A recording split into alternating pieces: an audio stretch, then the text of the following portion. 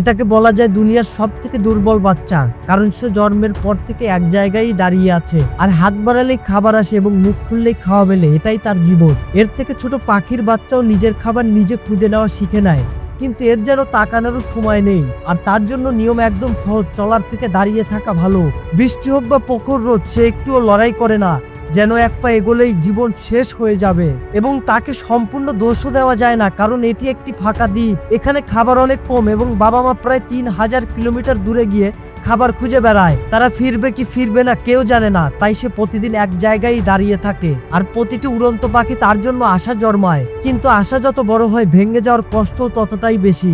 এক দুপুরে একমাতার বাচ্চাদের জন্য খাবার নিয়ে আসে, তার চোখ আশা দিয়ে ভরে যায়, কিন্তু সেটা তার মা নয়। সে নিরাশ হলেও এবার সে জীবনের প্রথমবার খিদের কারণে পা বাড়ায়, আর ওই মায়ের জন্য নিজের বাচ্চাই সবকিছু ছিল। সে তাকে উপেক্ষা করে। অসহায় বাচ্চাটি চুপচাপ দূরে চলে যায়, আর অন্যকে খেতে দেখে তার মন আরো ভারী হয়ে যায়। কিন্তু কে জানতো সেই খাবারই মৃত্যুর কারণ হয়ে যাবে। কিছুক্ষণের মধ্যেই খাবার খাওয়া বাচ্চাটি মারা যায়, কারণ খাবারে মিশে থাকা প্লাস্টিক সাগরেই দ্বীপকে প্লাস্টিক দিয়ে ভরে দিয়েছিল। আর বাবা মা না জেনে সেই প্লাস্টিককে খাবার মনে করে নিয়ে আসে, আর এই প্লাস্টিকের কারণেই প্রাণ হারায়। সৌভাগ্যক্রমে এই বাচ্চা কম খেয়েছিল, তাই সে বেঁচে গেছে।